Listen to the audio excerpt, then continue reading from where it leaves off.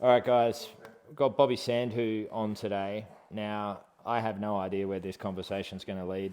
He's a unique, interesting specimen of the Australian jiu-jitsu scene. He's done a lot of travelling. He apparently is a comedian too. Just sit back, enjoy the ride. Let's see how this goes.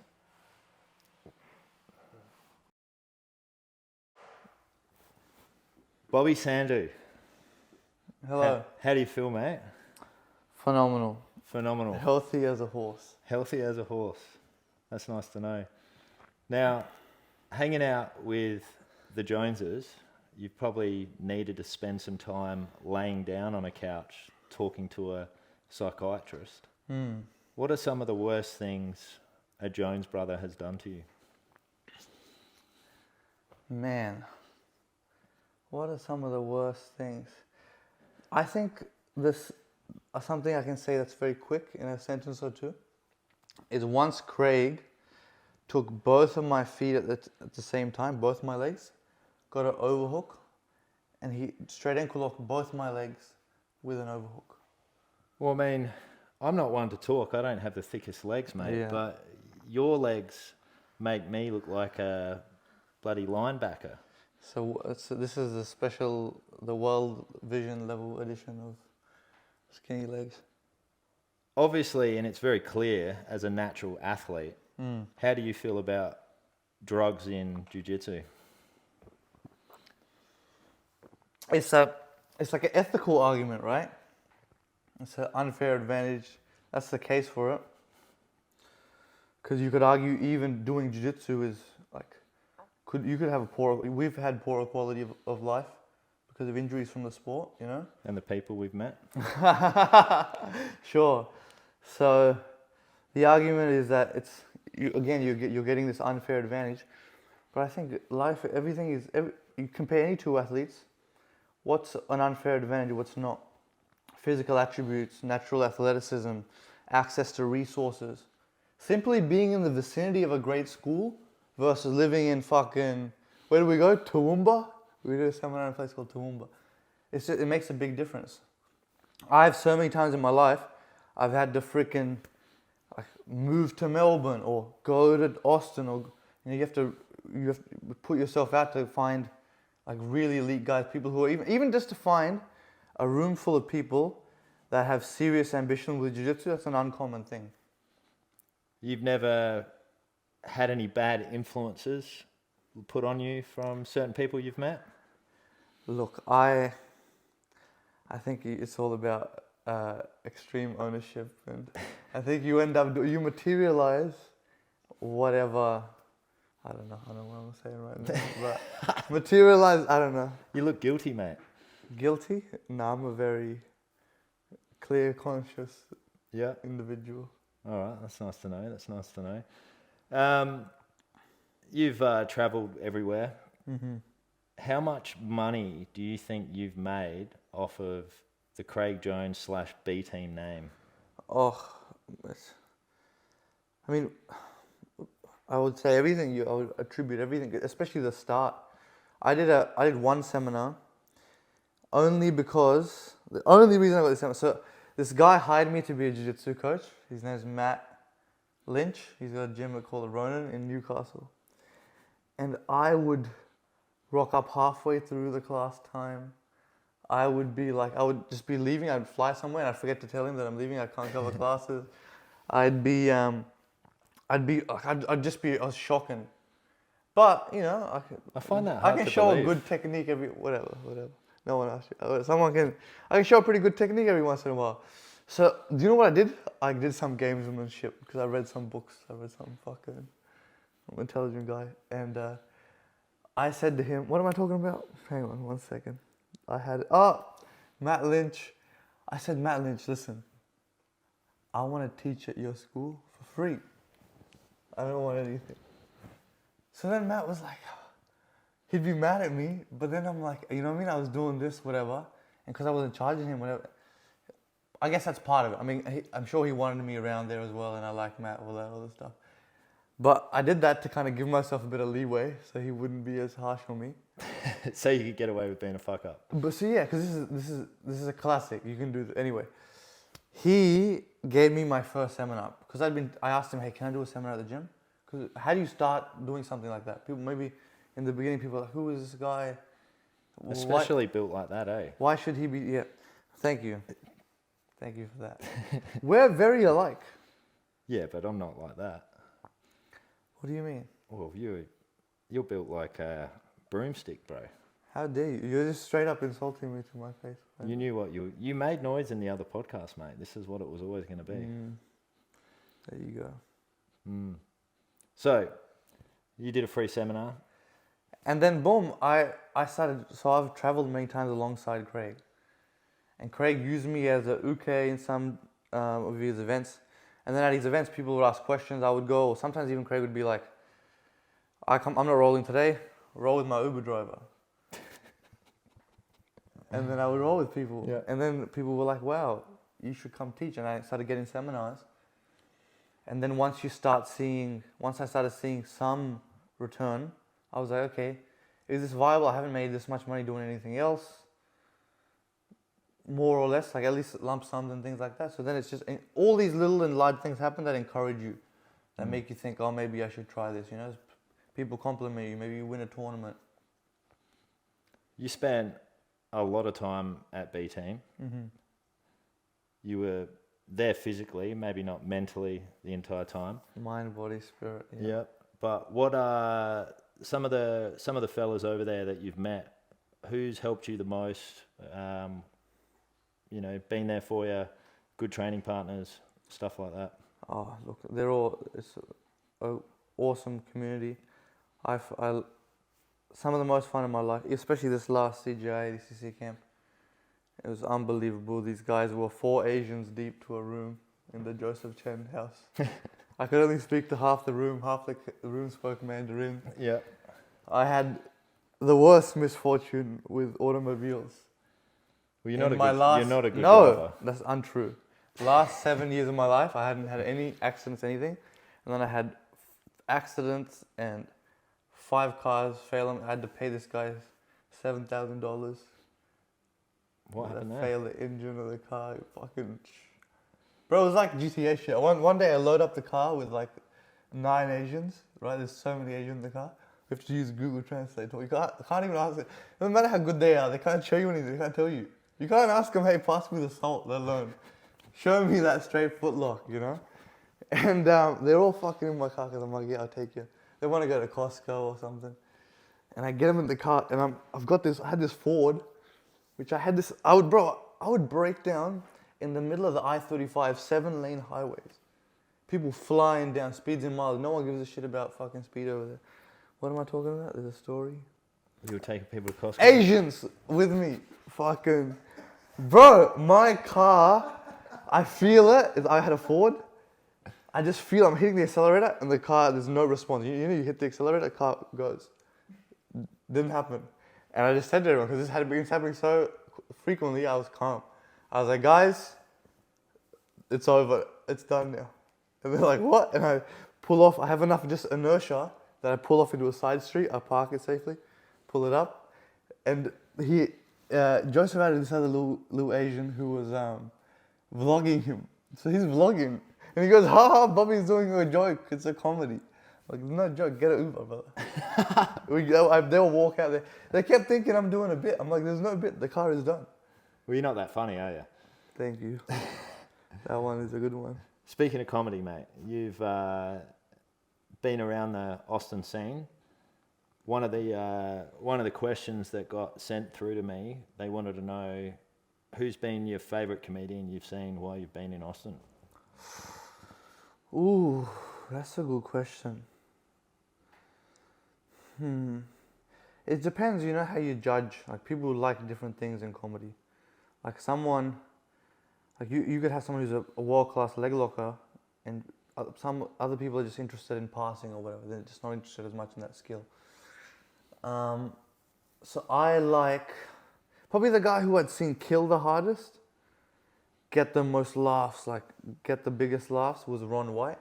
Yep. And that was before Rogan's Club opened up. Dude, any show, I think any major headliner at the mothership is just so unbelievable. It's so surreal. I saw Brian Holzman. Holzman? Yes, Holzman. Man, that was insane. The things he was saying, like it's some of the most craziest shit I've ever heard. There's just so many, like American comedy is, they say, the most advanced comedy. Because anyway, it's like Dima says with other sports, you know. Once there's a lot more money, a lot more incentive to be successful, a larger bunch of people. I did mics in New York. And these things, bro, I was once in a room, in like some basement room somewhere, where all these people have their faces covered, and everyone looks weird and whack, and everyone's the weirdest, and you're in this room, and that's an open mic. And I was like, I don't know, like to do comedy in a place like that, you would have to want to do it so bad. Like it's crazy. That's the thing. I feel like the life quality of an average Australian is better than an average American. But if you're very rich, in America you can do all these things that even the very rich in Australia can't do. There's just more things available. But if you're on either, there's a lot of people on either extremity. Dima's been saying in America, every 10th person is a millionaire. No shit. I don't even know what that means, but that sounds impressive. There's a lot of millionaires. It does. When you start, mate, I just listen. Just try and take in as much I as don't can. like. I get along best with quiet people. Well, that's because you talk so much; they never get a word in. That's my. When people talk, I sometimes wait. That's why sometimes I start touching people because I'm like, listen, shut the fuck up, let me talk. What are you doing? I'm a professional. Why are you fucking? Everything I do is talking. You've told me some stories about being on stage and having a couple of hecklers.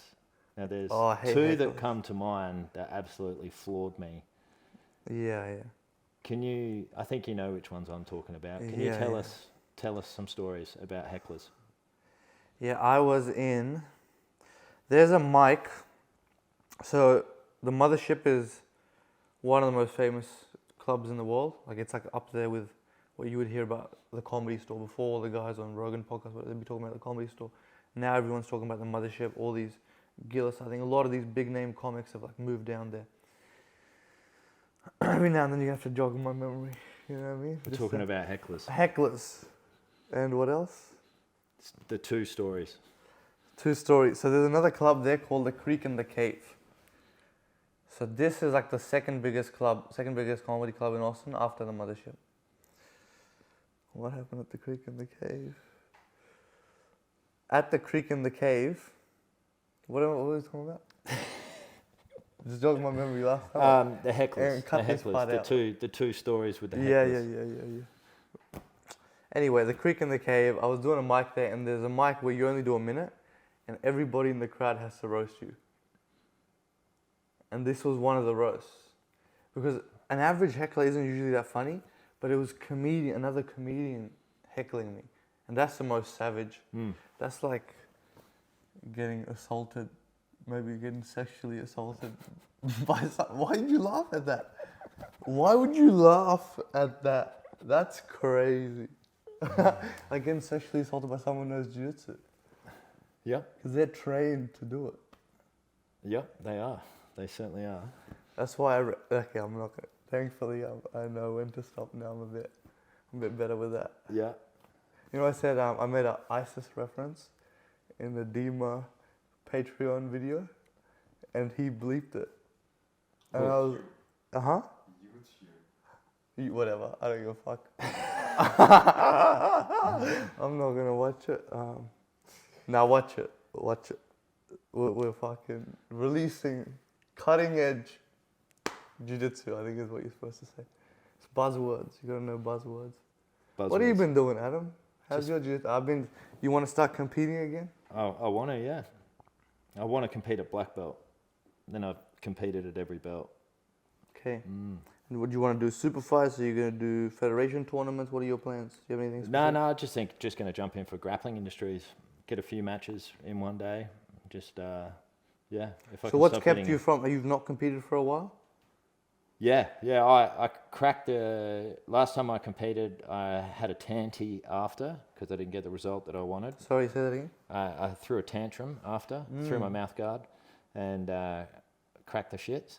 But for me, I've never really enjoyed competing, and I think it's important to me to have at least competed at every belt.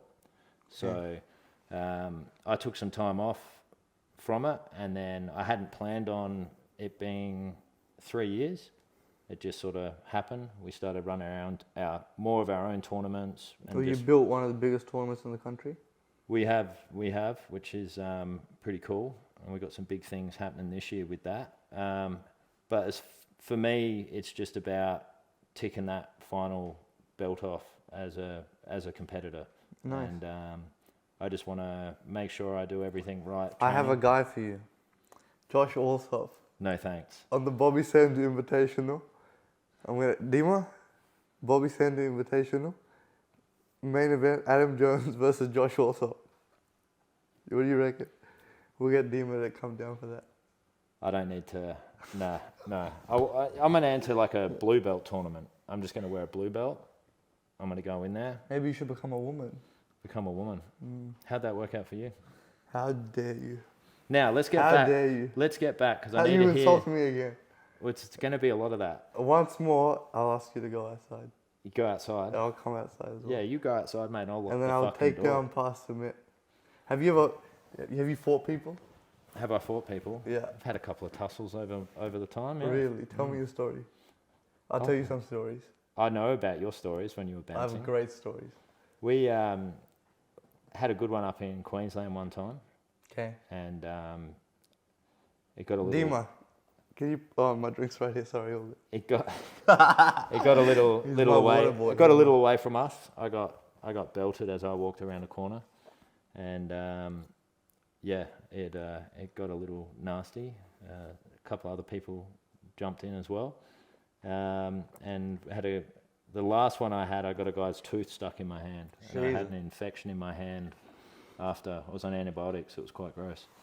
Yeah, teeth are dirty. What kind of crackhead fucking prostitute you fighting? That gave you I don't know, mate, but I remember when he went down, everything slowed down, and I was like, God, I hope he doesn't bounce his head off the concrete. And then he looked up at me and he was like, is that all you've got? And I'm like, bro, I just dropped you with one punch. That's all I need. And then it turned into a huge brawl down at Henley Beach, and we jumped in a cab, and then that's when I realised I had his tooth in my hand. So I flicked it out the window, and I think I said to my mates, let's see the tooth fairy find that. But that was a good time. Wow. But I have to get these heckler stories out of you, bro, because they fucking kill me. Yes. All right, and I think... Let me tell you a story. All right, I'm listening. I was living with different family, friends, or just people my dad knew, maybe people who were from my dad's village in India, but were living in Melbourne, because I just moved to Melbourne. I talked to Craig. I went to Craig at a seminar. I was like, bro, how do I be you? I want to be a fucking whatever it was. I'd seen an interview of Craig early when he was like a purple belt, and then I realized that he was winning tournaments. He was a professional jiu-jitsu guy. This is something people can do as a job. That's good too, because you set the bar low. You know what I mean? He said to me, come move to Melbourne and train at Absolute. And don't throw me off, because then I'm going to forget the gist of what I'm saying. Fuck, this is bad. See, we shouldn't have done it the second time. Bro, I didn't put a gun to your head. I might still be with it. Fuck, what was I going to... What did you say again? I asked about hecklers, and then you decided to start telling me about I was going to tell you how a you story went to Melbourne. about when I was living in Melbourne. Anyway, I move in with this guy from my security company. He was his name was, and I got him doing a bit of jiu-jitsu, I got him to get on stage. More or less, he was doing everything that I was doing. We worked security together, and one day there's a guy who, he wouldn't pay for his drinks. He bought drinks, he was on a date, apparently it was like a first date, and he's not paying for the drinks. So the manager comes to me, goes, Bobby, just kick the guy out. So I'm like, easy. So me and we go upstairs, I look at the guy, and I go to the guy. I go, mate, like, what makes you think you can get drinks and not pay for them? Like, this is crazy. And he goes, nah, the drinks have been spiked. I'm like, how do you know they've been spiked? He's like, nah, they taste weird. And I'm like, this guy's... How quickly did you drink them? No, I didn't do that. I didn't do things like that. I go, oh, this guy's crazy, right? But I don't want to touch him because he's holding glasses. So I was up holding the glasses, grabbing them from him. And then as soon as I knew he wasn't holding the glasses or he couldn't glass me, I would just fly and rear naked choke out of nowhere. And I would like sit in the corner. I'm not even security. I would just be sitting there. I'd have a few jackets on. It was so cold. And because I was like 65 kilos, so I just wear 3-4 jackets on and shit. You'd be about that now. How dare you? You're a strong 73 right now. Strong. Very strong. Anyway, bro, so I'm strangling this guy, and he starts falling. And because he starts falling, I let go to post, because now I'm falling down. I land, and I'm in mount. So it's a wooden floor, pub floor, I'm on mount. I feel him, he's like trying to reach. I'm like, what's he doing? And then I realize he's trying to grab my nuts. So I go double wrist control, right? I'm just holding his wrists. He freaks out, spins around. I sink in a back choke. Sleep this guy, right? Hold it. Every time, bro. It's actually the whole jiu-jitsu where they tap and you have to let go. It's kind of almost like you gotta know, bro. Ideally, you would have you'd build something where you could actually, you have to actually practice doing the, you don't know if you can do it unless you do it. That's true, yeah. If you do it, otherwise we're Tai Chi, we're doing Tai Chi. Anyway, now I'm gonna fucking lose my thing again. Anyway, I sleep him, and then I get up, and people are looking at me, but chicks are looking at me. I'm like, Dustin, oh bro, I feel like a gangster, you know what I mean? Jiu-jitsu can give you, a friend said that to me recently. We were talking about, he's actually quit training, he got up to brown belt. And he goes to me, for a while in my life, nothing brought me enjoyment other than jiu-jitsu. But then maybe you have a family, your friends, or you find other things that are easy to do that also make you feel good. And jiu-jitsu, you don't care about as much. What do you find? So drugs? if I'm doing an 8-hour security shift, if I get to wrestle someone, bro, that's the highlight. That time is gonna go so fast. I'm gonna get this adrenaline for an hour afterward. It's the sickest shit. What happens is though, he wakes back up. And I'm not paying attention to him. And what he does is he grabs a hold of his leg, and then he stands up. So he, just by chance, basically did a wrestle up. He just stood up with a single. And this was all happening on a second level, right at the start of these stairs, the wooden stairs. And as the guy stood off, they started getting off balance, and he started walking backwards, and they both fell down the stairs, so the wooden stairs. So they're rolling down the stairs. Did I say my security guard mate's name? No. Okay, if I have, go back and delete this. Yeah. Because afterwards, so the whole time, oh fuck. Delete that, make sure. You have to give me your word. I can't put this man. Yeah. I can't put this man behind bars, you know what I mean? Demon Muramati. Was I fucking disrespectful during your shit? Yes. Shut the fuck up. Shut the fuck up. Bobby, Sorry. come back to me. What am I talking about? You were going to tell me about the hecklers. No. First, let me finish this. Oh, bro. As they get to the bottom of the stairs, my mate gets on top. And he drags him underneath the bar, and there was a metal keg there. And he started kneeing his head. And his head, first I would hear the thunk of his knee connecting with his head. And then there'd be the thunk of his head hitting the keg. And it was like 1, 2, these were like MMA illegal strikes. These were pride level strikes. Yeah. And I realized, fuck fighting this guy. I need to stop from killing. Oh, fuck! Delete that. We will. I was like, I need to stop him from freaking ending this guy's life. So I'm wrestling my boy off, and I get him off. And then the guy, it was so crazy. He gets up and he's pissed. Blood, not that much blood, there's a bit of blood. And he just gets up and then we both walk out together. So we stop fighting like the last 10 meters or whatever, we walk out together. We go outside and fuck it. I'm like, you're out here anyway. Like we had to do all this. I had the fucking jiu-jitsu. I scored 8 points. You fell down the stairs. Your head smashed together. Like, okay, let's say he beat up me and my boy. Are you gonna beat up the cops? Because the cops are you gonna beat up? What is this GTA? You're gonna kill the military? What makes you think you can just be disorderly? It's crazy. Wild. Hecklers just they called me a fucking Mexican pencil, and then I got a good punch out of it. It's great. I suck at even I feel like, even though you're not a comic, I feel like you're much better at just that roast style of comedy. It just comes naturally to some people. Well, when you've got such an easy target in front of you, Yeah. you know, it just rolls off the tongue. Look, easy target are words I remember later this afternoon when we're wearing spandex, and I'm gonna sit back into your legs, and I already know now from you talking earlier that it was his right leg. For those who want to compete against Adam at black belt, his right leg, the tibia was fractured. So just to be clear, guys, he looked at my left leg then and said left leg. Sorry. Look, it's either the left or the right, but there's a 50%. You got a 50-50 shot. Yeah. You're freaking. You're 90 kegs. You're 6 foot what? 95, 6'8". Wow. Mm. How what do are you, find 6'4" and 68 kilos? I Wet. had a staph infection, and I got down to 59 kilograms. Must have been bad, bro, eh? 59 kilograms. Really? I was in hospital for 3 weeks. They couldn't work it out. They couldn't work out the right antibiotics and shit. They would have had a long list to go through though with you. Bro, I struggled, eh? I found a spot in the hospital, so I was just getting around, trying to move around as much as I could. It was even hard to move.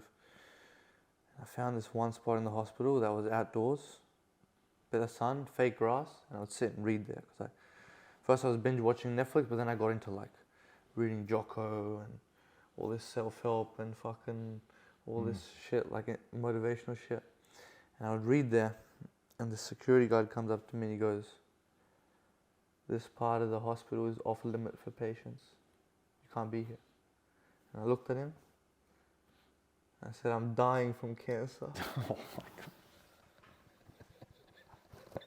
And he said, "Oh, all good, bro. Do your thing, man." But his face, he was like, "Bro." He's like, "I can see it." Yeah. Bro, I was fucked. Well, you probably have a similar physique to one of those types of patients. But I'm one of the most savage fucking... You know what I feel like? No, I'm not going to say it. This is too arrogant. I'm not going to say it. What was it like going on Kill Tony? Man, I got from on... what I remember, you tried to get on that for ages, right? So the very first time I tried, I got on. Oh, really? I tried when they came to Melbourne. I was living in Melbourne. They must have seen you in the crowd and said, "Get that guy up here, eh?" Mate, I tell you, I was like, I'm not going to puff any reefer that day. I'm going to take this seriously. I mean, I was 6 months in the stand-up. You can't get good in 6 months, but whatever. I was delusional. I knew it was a big show. I rocked up then. I was like, I'm not going to puff any reefer today because I got to get on. This is serious, you know. I got to take this seriously. And I don't know anyone there. I didn't bring anything. And I'm just sitting there. I turned to this guy on my left. I think he had a bit of afro or long hair or something. And we start talking, and we get on. You know, I make friends very easily. He says, "I'm gonna go. I've got a J. You want in on this?" And once it's in front of me, I'm like a cat. Even if I don't want it, it's what I am. It's who I am. It's who I am. Bring your cats here. Bring your rats out. Let's see. Let's play that game. Yeah. I'm fucking ripping that to pieces. So I'm like, fuck, let's go. I'm a man. You know, I'll go outside. I'm in the fucking alleyway, and I kid you not, Adam Jones, this man pulls out a 30 centimeter. You could have registered in the Guinness Book, brother. I was like, what? This is a fucking comedy. So we light it up, and I'm like, fuck it, I'm here now. And we fucking gone, right? And I go back, and I'm like, it doesn't matter because there's the odds of me getting up. Every comic I knew in Melbourne was there. Like all these people that done it for years more than me, they all hated me. And now then that was me when I went to Austin. I saw all these new guys getting up, and now I've been doing it for 5-6 years, whatever. So I got up. It was horrible, whatever. And then the second time, I had done that many trips to Austin, never gotten on. I met this guy, Cameron Mai. He was like 20, and he was doing, like I do jiu-jitsu comedy. I do predominantly 80-20, 90-10 jiu-jitsu, and then comedy's like my, you know, a lot less. I can commit to time and stuff to it. He's the other way. He does jiu-jitsu casually, but he's really into comedy. And we vibed with each other, and he would pick me up and take me to gigs. And the very first day, he brought me back. So I'd give a random Indian guy I'd met, Navdeep Singh, my mate, he's a doctor. I was like, help me find an accommodation. He goes, I'm going to India, take my place. Just gave it to me, rent free. So I got a place. And then Cameron Mai is dropping me back. And the very first night he drops me home, I take a $20 bill. And I was like, thank you, Cameron. Like, I appreciate you driving me up, picking me. I know, you know, it's a few. And he goes, nah, man. And I'm like, nah, bro, all good, take it. And he looks me in the eye, he goes, it's not necessary. And I was like, wow, like, look at this guy. And he took me every single time, every single Tuesday, and multiple of the shows. The only reason I was able to do comedy is because of Cameron. Because Cameron took me to all these shows all the time I was there. Because only recently did I get a car. And because he's under 21, he couldn't stand inside the Vulcan Gas Company. So Kill Tony's changed many times. In the beginning, if you sign up in Austin, you can actually stand and watch the show.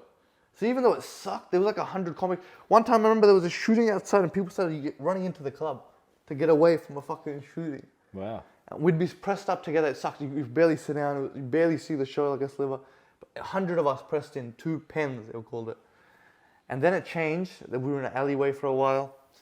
But anyway, the second time, the first time I try in Austin, I get there and Jake Shields was the guest. Oh shit. And when Jake Shields had come to Melbourne earlier, Craig had teed it up with some friends of ours, Tamer and that, and we'd had a great time in Melbourne. So Jake Shields and I were mates. So after the show, I ran up to Jake, and Jake was like, bro, come grab dinner with us, and I hung out with him for a little while. He remembered me. And he goes to me, Bobby, you're a comic? If you just told me, I could have probably got you on or something. And maybe he could have made it, but I was like, fuck. That would have been massive, you know? But I didn't know he was going to be on. He didn't know I was going to be. We just didn't tee it up.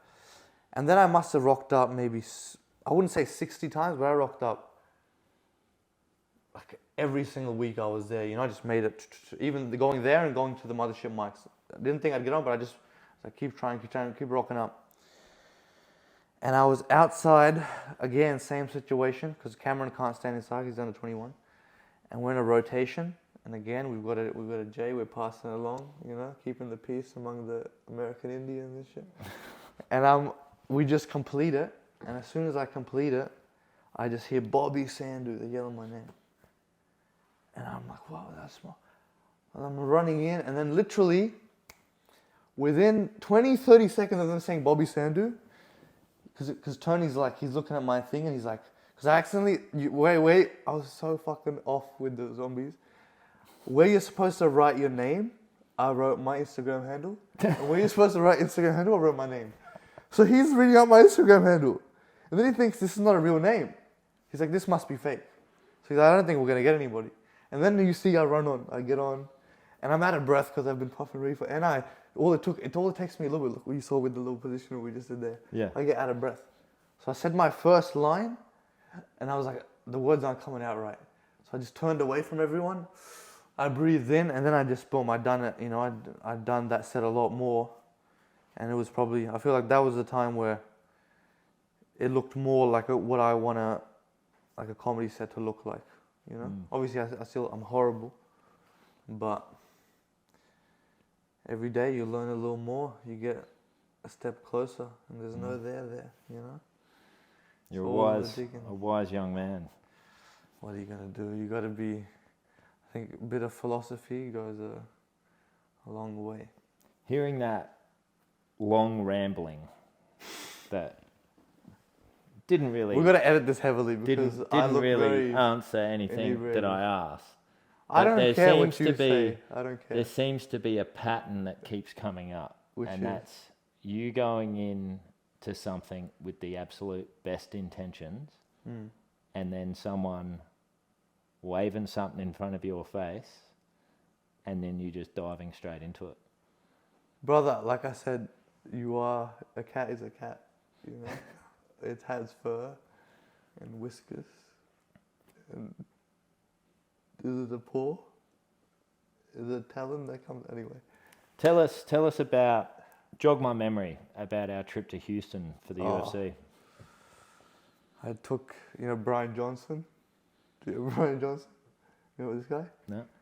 He's like a big time millionaire. He wants to live forever and stuff. He's like got well known because he had like a blood plasma transfusion between his father and then his son. He took plasma, like a younger person. He's doing all sorts of crazy shit.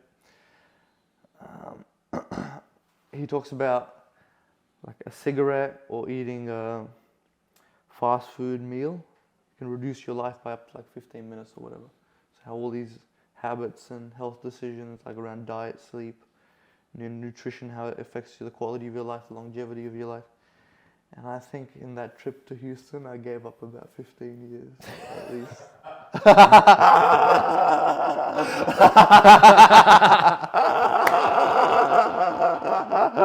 If we put it into the algorithm, the AI would tell us. I think I look like this since that trip. I think you were wearing the same stuff. Where'd we go? No, I think I was Walmart to get you dressed. Bro, you guys bought me clothing. It was proper World Division. Before you get the 9 yards. And then you still accused us of stealing. No. I just had a paranoid delusion. Yeah. That's some early onset schizophrenia or something in there. Do you get that often when you're hanging out with Craig? Look, if I try to keep up, if you're lifting with Eddie Hearn and you try to grab the same weights that he is, you're going to get yourself in a world of trouble. But if you're hanging out with Eddie Hearn and you're not trying, then you're not living, That's true.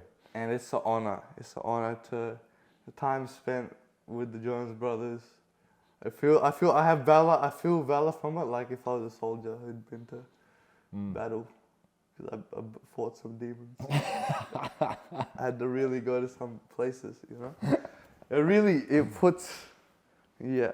I'm a big Sam Harris guy. And he talks about, he's like, sometimes let's say you take a crazy bunch of psychedelics, not that I would ever would, but if somewhere in the world, he goes, it's like your sanity is hanging on by a thread. So I think it makes you more empathetic for the people who, some people for whatever reason they don't feel well, or they're prone to, or whatever kind of decision making. Some people just they seem to be born with like certain psychological problems or traits. So I feel like that's not you. You should be really grateful. It's just like you can look at somebody who has maybe like a physical disability and it can make you feel grateful. I'm looking at one. How dare you? I'm trying to be wholesome. I'll show you. Anyway, I'm going to stop threatening you. Well, mate, this has been a wild ride. I don't really know what anyone's going to get out of this, but a few laughs. I think we need to heavily edit this. Mate, I've got Shut up, Dima. I've got you by the balls now. Nah, look. You thought Craig had something on you. Look, any publicity is a good publicity. That's right. You know what I mean? Now, for Book the me love for a of seminar. God, can you tell us about the story with the heckler? We're talking about Houston. Where you said where you came from. I don't want to say that. Bro, Come watch me at a comedy show. Come watch you at a comedy show. Should we do it? I'll try to. Oh, no, I'm only here one night. You should just stand up. Nah. You're only going to do it with me. You're only going to talk shit about me. You should do it properly. Yeah, but it's a fun experience for me just tearing shreds off you in front of our friends. I don't need to do that in front of a bunch of people. But in saying that, who knows? This might get some views, and then a lot of people will I see hope it you. doesn't. I'll get Craig to share it. Oh. You know he'll do that. Craig can do anything, brother. Craig can do anything. What a man. Yeah. What a man. Craig is your best friend and your worst enemy. He should get that on a t-shirt. He should. He's doing some crazy things. Bro, I remember when he had just a bronze medal at a purple belt worlds. Back then, like now I train with Sebastian Attard. Sebastian just got I think he got 2 silver medals. They got taken away from him, right, though, because he did the old... No, he got suspended. I don't think his medals were stripped. Ah. But you're right, he did that very viral where he stuck his... What, did they drug test him? Is that why he got suspended? How dare you? It's a clean athlete. It's a clean sport. Yeah. Don't accuse my teammates of anything, all right? I'm very loyal to my team. You've had about 10 different teams in the last 2 loyalty months. is very important. No, I've been with Craig since the beginning. We go way back. You know, if I was white, I would change my last name to Jones. You could do that now, Bobby Jones. No, because it's disrespectful. We've already got one pussy running around here called Bobby Jones. We could have another one. Fuck you guys invaded my shit. Fuck you. All right, mate. We're going to leave it there before you incriminate yourself. Please anymore. edit this heavily. Mate. Fuck. Oh, you need to cut so much. Bro, you fucking floored me when you said you were dying of cancer. Right?